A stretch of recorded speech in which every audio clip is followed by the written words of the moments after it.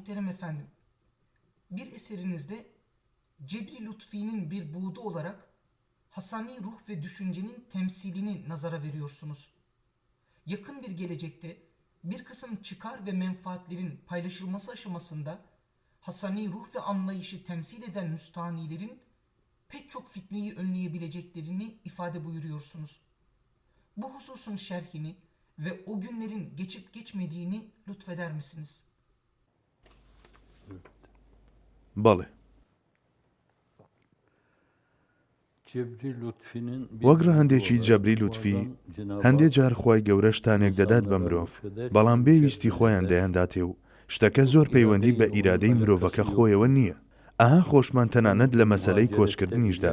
باسی دوو جۆر کۆچکردن دەکەین. یەکێکیان بەویست بووە و ئەوی دیکەیان لە دەرەوەی ئیرادەی مرۆڤەکەدا بووە. لەوانەیە زۆر جار نەتوانین پێی بەوە ببین کە خوای گەورە لەو شتە جەبریانەدا چ لوتفێکی لەگەڵدا کردوین. پێدەچێت زۆرینەی مرۆڤە مەزنەکانیش نەیانتوانی بێ دەرچی پێ بکەن. پێویست ناکە ناوبەرم. مرۆڤە بەرزەکە ڕوبەڕووی چەندین بەڵاو ئافات و نەهامەتی دەبێتەوە. بەڵاو نەهامەتیەکی وەها کە بە دەستەواژەی ئیمامی غەزالی مرۆڤ ژێرە و ژوور دەکات، مرۆڤ پەرێشان دەکات. ئیدی ئەوەی بەسەری هاتووە نازانم ئایا پاڵفتە بوونە یا لە فلتەردانە بە ڕووداوەکان یاخود پامبوونەوەیە لە ژێر دەگرمانی ڕووداوەکاندا. دەگاتە ئاستێک بەو کەسانەی کە ئەو بەڵاو نەهامەتیانەیان بەسەر هێناوە دەڵێت زۆرتان پێکردم. بەڵام دواتر ئاوەڕ دەداتەوە و وردبینیەک لە لوتفە خواییەکاندا دەکات لە دووتوێی ئەو نەهامەتیانەدا کە بەسەری هاتووە و سەر لە نوێ خوێندنەوەیەکی دیکە بۆ ڕووداوەکان دەکات. ئەها هەموو جارێک قتمیر بۆتان باز دەکات و دەڵێت هەندێک کەس هەبوون ئەوەیان پێقەبوڵ نەدەکرا من لەو دامەزراوەیە بمێنمەوە کە کارم تێدا دەکرد و هەرچیشیان لە دەستات کردیان بۆ ئەوەی لەوێ نەمێنم. ئەوانیش وەک ئەو گروپەی کە ئەمڕۆ کە ئەزیەتی موسڵمانان دەدەن گروپێکی بەڕواڵەت موسڵمان بوون، تەنانەت بەڕواڵەت لە ئاینداریدا قوڵ ببوونەوە.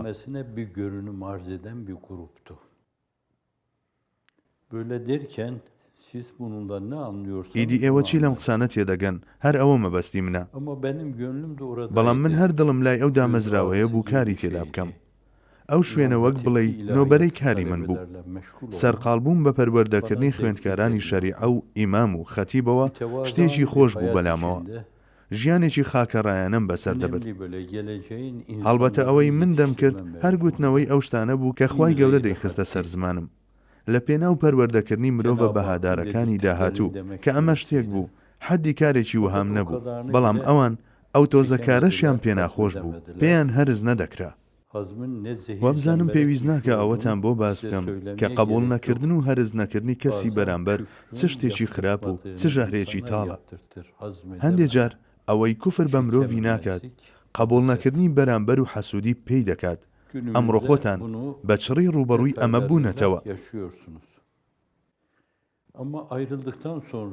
بەڵام ساڵانی دواتر کاتێک کە لەوێ نەمام خزمەتکردنم لەو شوێنەوە وە خزمەتکردنێکی بەردەست کاتە بەرچاو. کاتێک گوازدە و شوێنە دەهێنیت و چاوێک بەو لوتفە خواییانەدا دەجێڕی کە بوونەتە هۆکاری جیابوونەوەت لەو شوێنە، ئەگەرچی دڵیشت هەر لای ئەو شوێنەوە بێت و شوێنەکە نۆبەرەی کاری خزمەتیشت بێت، حەقیقەتی ئەو ئاەتە دێتە پێشچاو کە دەفەرمێ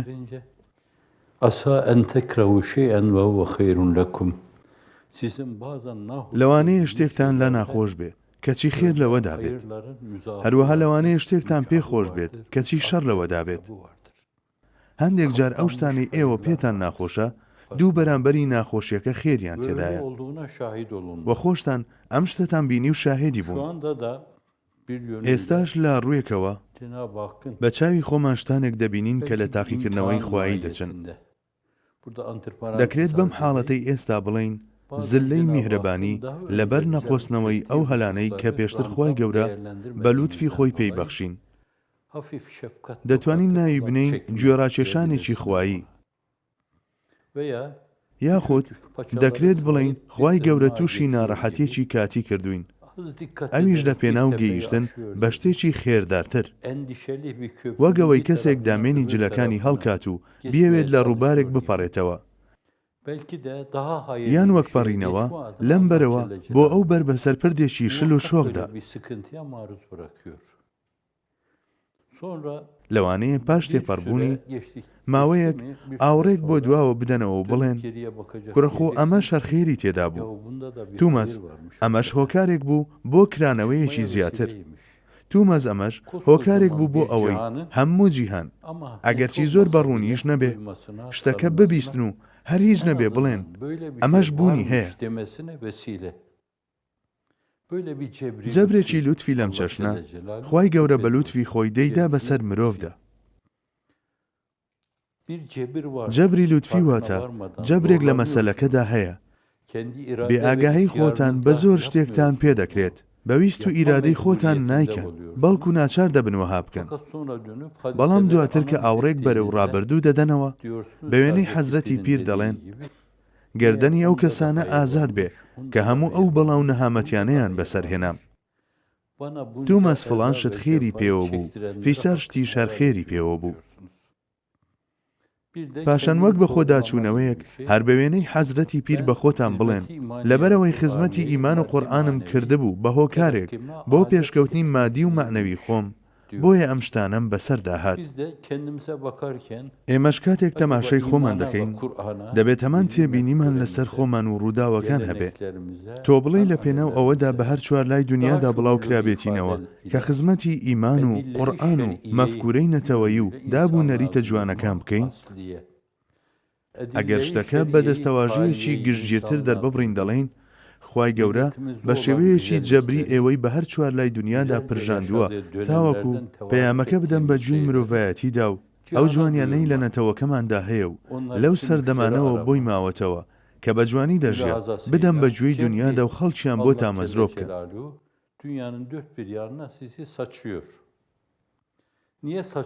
کاتێکیش لێتان دەپرسن کە بۆچی بڵاو بوونەتەوە بە دنیادا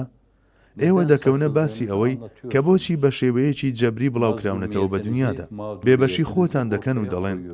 شتێکی وەها ڕوویدا بۆیە ئەم دەرەنجامەی لێکەوتەوە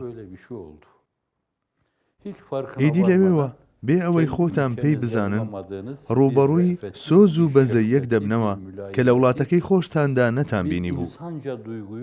مامەڵەیەکی مرۆییتان لەگەڵدا دەکرێت با لە کەوانەیەکدا ئەمەش باس بکەین برادەران دوێنێ و پێرێ بۆیان باسکردین کە لەم وڵاتی ئەمریکایەدا چەند کەسێک کە خۆشتان نایان ناسن کەسانێکی خاوەن پلەپایی بەرز لێتان هاتوونەتە پێشەوە و گوتویانە کاکە ئێوە وا دیارە بە بێویستی خۆتان هاتوونەتە ئێرە وا دیارە دەرامەتێکی مادی وە هەشتان نییە و شوێنێکتان نییە بۆ حەوانەوە من لە فڵان شوێن خانوویەکم هەیە ئێوە ئەگەر دەتانەوێت دەتوانن بڕۆن و بێ بەرامبەر تێیدا دابنیشن من لە ڕووی مادیشەوە کەسێکی هەبووم و دەتوانم لەو ڕۆیشەوە یارمەتیتان بدەم ستەمدیدەیی و بێبەشی دەبێتە هۆی ئەم جۆرە مامەڵەیە لە وڵاتی خۆتان ڕوبەڕووی مامەڵەیەکی وەحشی و نامرۆیی بوونەتەوە سەرباری ئەوەی کە کزەی جەرگتان دێ بۆ وڵاتی خۆتان لەوێ دەردەکرێن و دوور دەخرێنەوە لە وڵاتی خۆتاندا تونند و تیژیتان بەرامبەر دەکرێت و دەردەکرێن کەچی لە شوێنانی دیکە خەڵک باوەشتان بۆ دەکەنەوە و پێتان دەڵێن لە دڵی ئێمەدا جێ ئێوەش هەیە ژمارە ئەو شوێنانش کە ئەم مامەڵەیەتان لەگەڵدا دەکەن هیچ کەم نییە لە وڵاتێکی نزیک لە خۆتان داڵدەتان دەدەن و ماڵتان پێدەدەن و لە هەمان کاتدا لە ڕووی مادیشەوە یارمەتیتان دەدەن لە وڵاتێکی دیکەش پێتان دەگوترێ ئەگەر هەموو دنیا بێت و زۆرمان لێ بکەن کە ئێوەیان بدەینێ بە یارمەتی خوای گەورە ناتوانن ئێوەمان لێ بستێنن لە ژێر جەبری لوتفیدا ئەم قبولکردن و ئەم گوێ لێگرتنە هەیە ئێستا ئێوە نیشانە بچووکەکانی ئەمە دەبینن لەمانەوە دەتوانن مەزەندەی ئەو نیشانە گەورانەش بکەن کە لە داهاتوودا دەیان بینن ئەو مرۆڤانەی لە پێشانگەی زمانی حاڵ و تەمسیلدا تەماشای دنیای ڕۆحی ئێوە دەکەن لە داهاتوودا بەرەو ئێوە هەنگاو دەنێن و زیاتر لێتان دێنە پێشەوە بۆ نمونە واسێنانیان لە دوژمنایەتی کردنتان دەبێتە هەنگاوێک. بۆ نمونە قبولکردنی ئێوە وەک دۆستی خۆیان دەبێتە هەنگاوێکی دیکە و ئەوەی کە دام بەوەدا بنێن کە ئیسلامی یەکێکە لە ئاینەکان و ڕێزی بگرن هەنگاوێکی تر و ئەوەش کە بڵێن هەر هیچ نەبێت دەبێت ئەم دینەش وەک دینەکانی دیکە قبول بکەین هەنگاوێکی دیکەیە. پێدەچێ هەندێکیش بڵێن باشە خۆ ئەم دینە لە چاو ئەوانی دیکە ئاینێکی کۆکراوەترە. لە پرۆژە و پلان و گفتاری ئەو کەسە دەچێت کە خاوەنی مەقامی جەمع و ئەمەش هەنگاوێکی ترە. ئێوە شایەتی بدەن کابراوای پێگوتن یان نەیگوت. پاش خوێندنەوەی ئەو کتێبەی سەبارەت بە پێغەمبەری سەردار صلی الله علیه وسلم نووسراوە بە چاوێکی پڕەوە نەهات بۆلاتان و ناوی حەزرەتی محەممەدی بە کریستاڵ لەسەر تابلۆیەک نەنووسی بوو پێشانی دان و گوتی ئێوە ئەمەتان لای من خۆشەویست کرد. کەسەکە ئەمریکێکی ئاسایی نەبوو، کەسێکی بەناوبانگ بوو، زمانی عەرەبیشی دەزانی، کەمە وشەی تورکیشی دەگوت. لە هەمان کاتدا کەسێکی ئەکادیمی بوو، پلە و پایەشی لە شوێنی خۆیدا زۆر بەرز بوو. قبولکردنێکی لەم جۆرە هەیە، هەنگاونانێکی لەم جۆرە بوونی هەیە. پێناسەی دینیش ئیتر هەر بەم جۆرەیە. وضع إلهي سائق لذوي العقول باختيارهم المحمودة إلى الخير بالذات. ئاینکۆی سیستەمە خواییەکانە کە مرۆڤەکان بەویستی ئازادی خۆیان هەڵی دەبژێرن. ئایا گرنگترین هۆکار لە سەردەمی هاوڵان و شوێنکەوتوانی پێغەمبەری سەرداردا چی بوو کە وای دەکرد خەڵکی ئاین هەڵبژێرن؟ خۆتان باش دەزانن کە پیشاندانی بابەتەکان بوو لە پیشانگەی زمانی حاڵ و تەمسیلدا. ئەوانەی لە نێوتاندا ژیان گوتیان ئەم ڕێگایە ڕێگایەک نییە بتوانین هەڵی نەبژێرین. تەنها بیرێک لەوە بکەنەوە کە لە ساڵی هەشتای کۆچیدا وڵاتێک نەمان لە خوراسان تەسلیم نەبێت. ئاینی پیرۆزی ئیسلام لە نیوە دوورگەی عەرەبدا نەشونومای کرد. لە ڕوویەکەوە ئەو فەلسەفە و لۆژیک و سیستەمی بوونەی لە ناو ڕۆحیدا پەنهان بوو لە خوراسان و دەوروبەری گەشایەوە و بەدەرکەوت. بیرێک لە ئەبوو حەنیفە و ئیمامی زوفەر بکەنەوە، بۆ جارێک بیر لە بوخاری و موسلیم و نەسائی و ئیبن ماجە و ئەبوو داودی سیجستانی بکەنەوە. ئەو کەسە خاوەن قامەتە باڵایانە هەموو لەوێ پەروەردە بوون. ئەو لایەنە پەنهانەی بابەتەکە کە لە ڕوحی ئاینەکەدا پەنهان بوو لەوێ دەرکەوت. واتە شەرح و حاشی ئەو کتێبە کە دەبووە وەڵام بۆ هەموو بۆ و بۆچیەکان لەوێ نووسرایەوە. بەشێکی زۆری کتێبەکانی فەرموودە و فیقه و ئوسوڵ و دین و ئوسوڵ و فیقە لەوێ نووسران. کەسانێکی وەک ئیمامی تەفتەزانی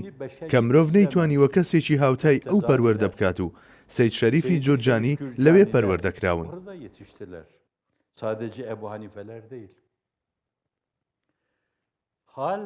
کاتێک مەسەلەکە لە پیشانگای زمانی حاڵ و تەمسیل داخرایە ڕوو، هەمووان سەرسام بوون پێی و گوتیان وەڵاهی ئەمە شتێک نییە ڕەت بکرێتەوە. لەبەر ئەوە جەبری لوتفی بووە هۆکار بۆ بەخشش و لوتفێکی خودایی وەها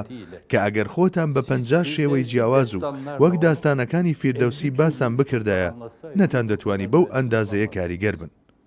بەڵێ جەبری لوتفی ئەمەیە. وەک یەکێک لە ڕەهەندەکانی جەبری لوتفی جوانی ڕۆحیا خود ڕۆحێکی حەسەنی باز دەکەین. دەکرێت لە هەمان کاتدا ئەم بابەتە ببەستینەوە بە حەزرەتی حەسەنیشەوە.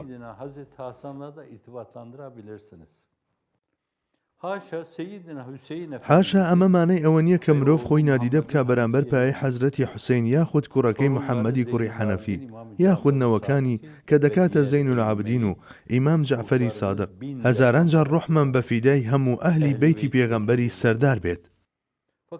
بەڵام لە هەمان کاتدا دەکرێت بابەتی جوانی ڕۆح یاخود ڕۆحی حەسەنی ببەستینەوە بە حەزرەتی حەسەنەوە.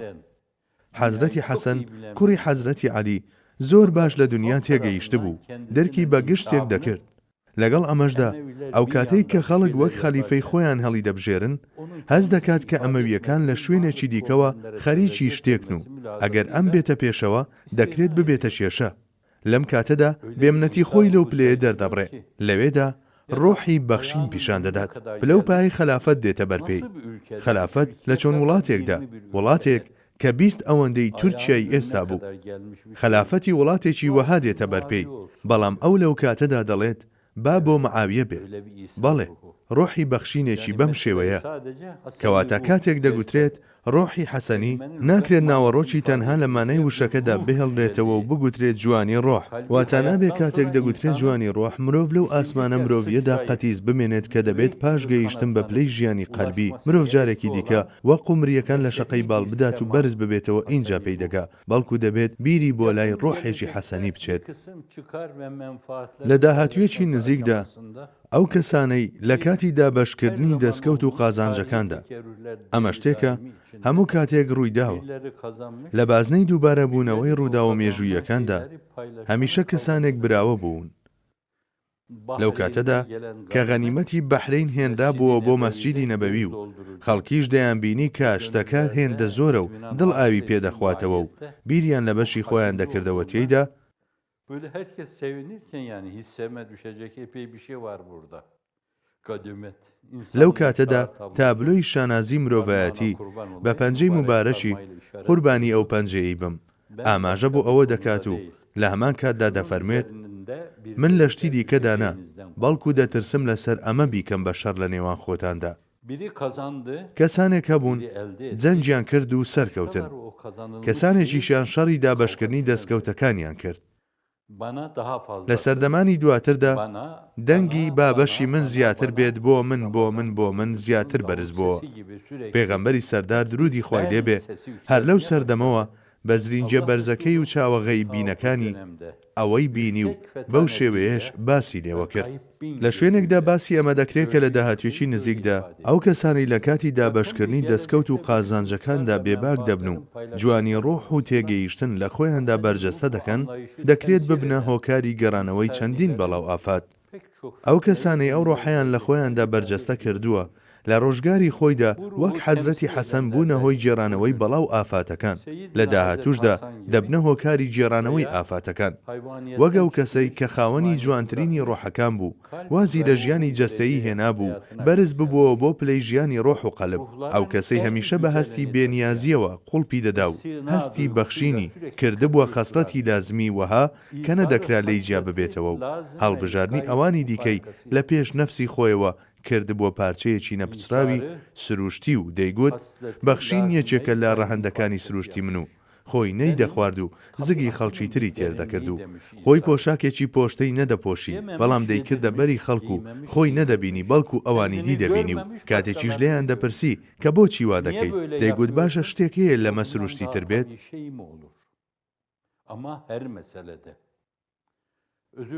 بمبورن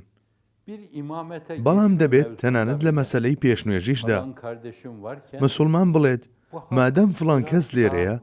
ئەو مافی زیاترە کە پێشنوێژی بکات ئەویش مافەکە بداتەوە بەم و بڵێت ئەو زیاتر شایانی ئەو ئەرکەیە تۆش دەڵێیت ئەو لە من لایەقترە لە مختاریشدا بگوترێ فڵانەکە زۆر لە من لایەقترە بۆ پلەی بەڕێوەبەری شوێنێک بگوترێ فڵان کەس زۆر لە من لایەقترە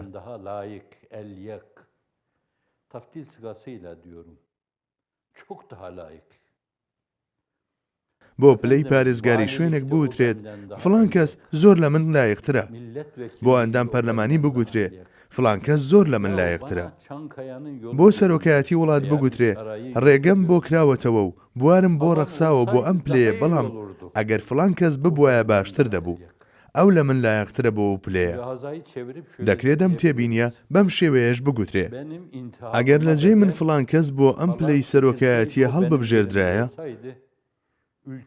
حاڵی وڵاتەکەم زۆر باشتر دەبوو ئەگەر ئەو هەڵبژێردرایە وڵاتەکەم ئاوەها گرفتاری کێشە نەدەبوو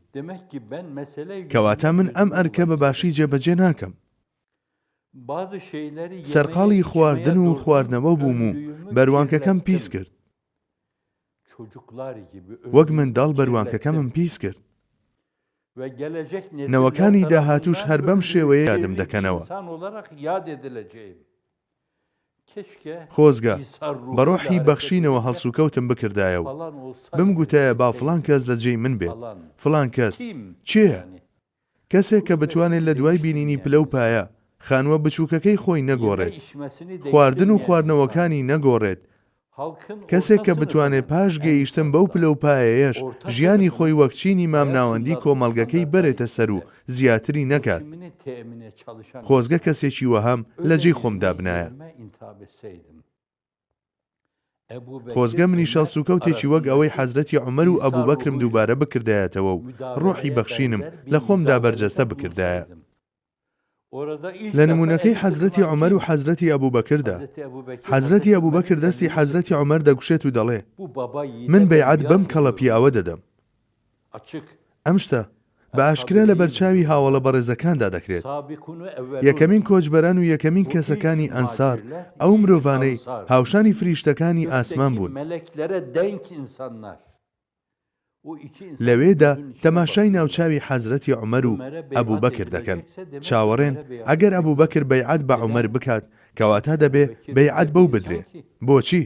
چونکە حەزرەتی ئەبوبەکر کەسێکی وەهایە کە ئێمە ئەو کاتەی پێغەمبەری سەرداریش لە ژیاندا بووە هەڵەیەکمان لێ نەدیوە کاتێک حەزرەتی ئەبوبەکر دەستی حەزرەتی عومەر دەگوشێت ئیدی هەموو چاوەکان دەچنە سەر حەزرەتی عومەر بەڵام ئەویش پێش ئەو هەڵمەتەی دەستی ئەبوبەکر دەدات و دەڵێت لەو شوێنەدا کە ئەو ئەبوبەکرەی لێبێت کە لە پێش هەمومانەوە باوەڕی بە پێغەمبەری خوا هێناوە بەیعەت بە عومەر نادرێ من بەیعەت بە ئەبوبەکر دەدەم هەڵسوکەوتی مرۆیی ئەمەیە هەڵسوکەوتکردن بە ڕۆحی بەخشینەوە ئەمەیە کاتێک بەم شێوەیە هەڵسوکەوت کرا ململانێ دروست نابێ مشتومڕ دروست نابێ کاتێک بەم شێوەیە هەڵسوکەوت کراییدی یەکدی قبول نەکردن کە سیفاتێکی کوفرە دروست نابێ ئێرەیی دروست نابێ وڵات پڕی لە جیرۆگرفت نابێ وڵات ناکەوێتە بەرلێزمەی بەڵاو ئافاتەکان وڵات پایەماڵ ناکرێت وڵات ناکەوێتە سەروبەندی ترازان و پارچە پارچە بوونەوە بە پێچەوانەوە لە دەرەنجامی ئەو جۆرە بەیعەتەوە 11 کێشەی وەک کێشەی ناوچەی باشووری ڕۆژهەڵاتی وڵاتی خۆمان بە کەمترین زیان چارەسەر بەردەوام ئەم بابەتە باز دەکەم بۆ ئەوەی جوان لە زەینەکان بچەسپێ کێشەی باشووری ڕۆژهەڵاتی وڵاتی خۆمان 40 ساڵە دەیانەوێت بە تۆپ و ئاگر چارەسەری بکەن دەیانەوێت بەو سوپایە چارەسەری بکەن کە ئەندامی ناتۆیە دەیانەوێت بە سیاسەتی سیاسیەکان چارەسەری بکەن 40 ساڵە ئەمە بەردەوامی هەیە لە سەردەمی حەزرەتی ئەبوبەکردا 11 ڕووداوی وەک ئەمە هەبووە ئەو مرۆڤەی کە بەیعەتی پێدرا و سەردەمی خەلافەتەکەی 2 ساڵ و 3 مانگ و 10 ڕۆژێک بوو چارەسەری هەر 11 کێشەکەی کرد پاشان ڕێگە بۆ ڕۆیشتن بەرەو ساسانیەکان خۆش دەکات ڕێگە بۆ ڕوبەڕووبوونەوە لەگەڵ ئیمپراتۆریەتی ڕۆما خۆش دەکات کە یەکێک بوو لە زلهێزەکانی ئەو کاتەی جیهان دەزانن هەموو ئەم شتانە چێ دەیکات ئەو مرۆڤەی بە ڕۆحی بەخشینەوە هەڵبژێردرا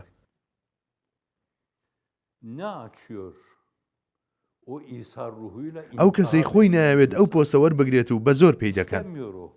بەڵام ژیانی خۆی هیچ ناگۆڕێت بژێوی ژیانی خۆی بە دۆشینی مەڕی ئەم و ئەو دابین ناکە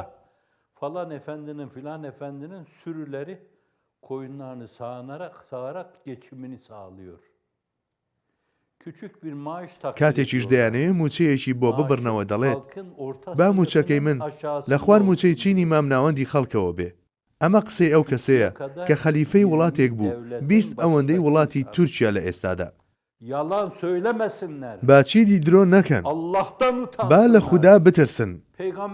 شەرم لە پێغەمبەری سەردار بکەن با لە پێناو دەستکەوتنی ئۆتۆمبیلێکی گول لە نەبەردا ناموس و کەرامەت و شەرەفی خۆیان نەفرۆشن و بە ئەهلی ئیمان نەڵێن گروپە گومڕاکە مرۆڤە بەرزەکان بەو شێوەیە بوون بە بەرزی دەفرین پێشی فریشتەکانیش دەکەوتنەوە ئەگەر دەتانەوێت بگەنە ئەو پایەیە لای خوای گەورە مافی ئەو کارە بەو شێوەیەیە ئەگەر شتەکان بەو شێوەیە بکەن کە خوای گەورە دایناوە نەگیانزە بەڵکو دەتوانن چارەسەری 32 کێشەی ئاوەها بکەن ئەگەر وانە بێ هەموو شتێک درۆیە مسلمانێتێکی درۆزنانەیە ژیانێکی فرعون ئاسا لە بەرجی مسلماناندا بژی درۆیە مسلمانێتێکی درۆزنانەیە بەرجی مسلمانان بپۆشیت و وەکو هیتلەر بژی ئەوە مسلمانێتێکی درۆزنانەیە وەک کەسێکی مسلمان بژیت و بە مسلمان بڵێیت گومڕا ڕۆحم تەسلیمی ڕەحمان کردووە یاری باقیم دەوێ و ئەغیارم ناوێ لە سەردەمێکی وەک ئەمەی کە تێیدا دەژین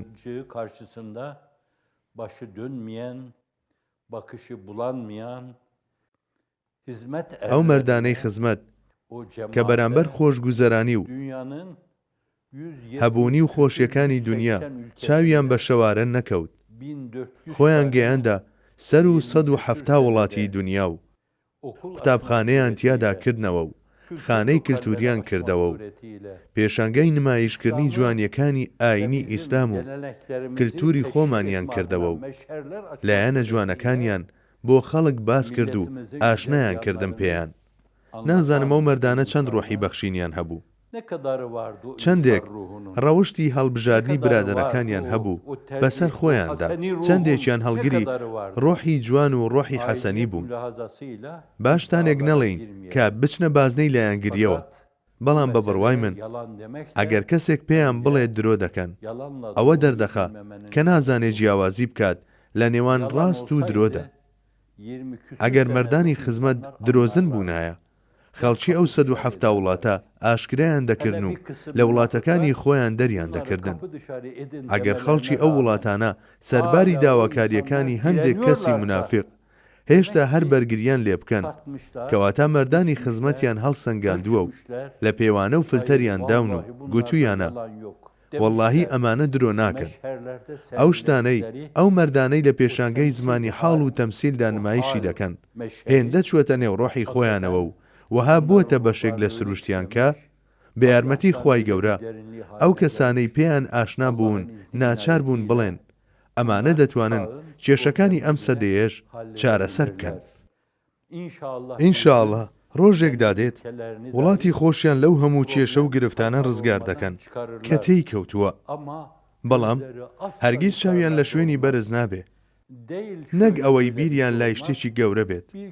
بگرە خەیاڵیان بۆ ئەوە ناچێ کە ببنە مختاری لادەیەکیش ئەگەر خەڵکانی قەناعەت پێکەر و ژیرترین کەسانی دنیاشیان بۆ بنێرن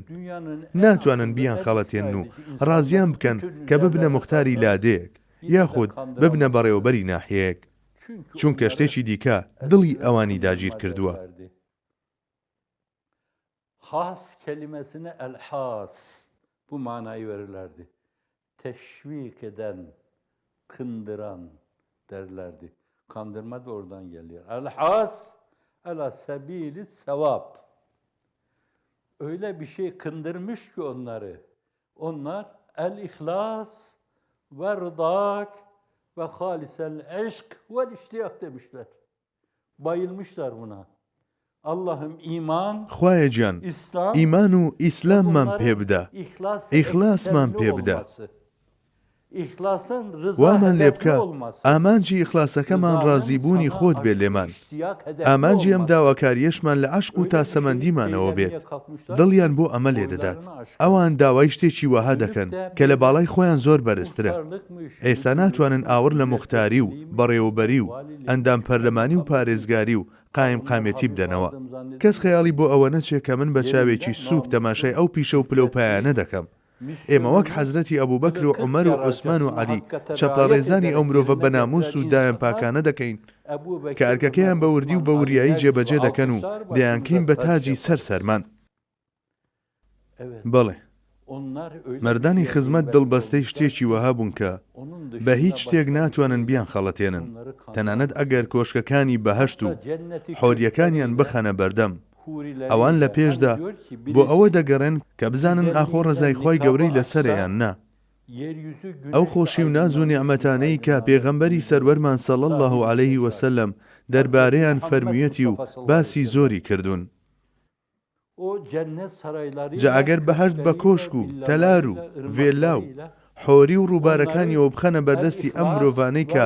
ئیخلاس وێردی سەرزاریانە و خۆیان بە بزوتنەوەیەکی لەم جۆرەوە بەستۆتەوە و وابەستەی خزمەت بوون و جگە لە خزمەتی مرۆڤایەتی دەرگایان بەسەر هەموو شتێکی دیکەدا داخستوە و گوتویانە بێهودە خۆتی لاگ مەکە دەرگام بەڕووددا داخراوە ئەی پلەپایی ئەندام پەرلەمانی ئەی وەزیری ئەی سەرۆک وەزیری ناتوانیت بیتە پێشەوە لێم من بەڕووی شتێکی زۆر جیاواز داکراوم و دەرگام لە ڕووی تۆدا هەمیشە داخراوە بەڵێ ناتوانن شتێکی لەم جۆرەی کە باسمان کرد لە دڵی ئەو کەسانەدا جێبکەنەوە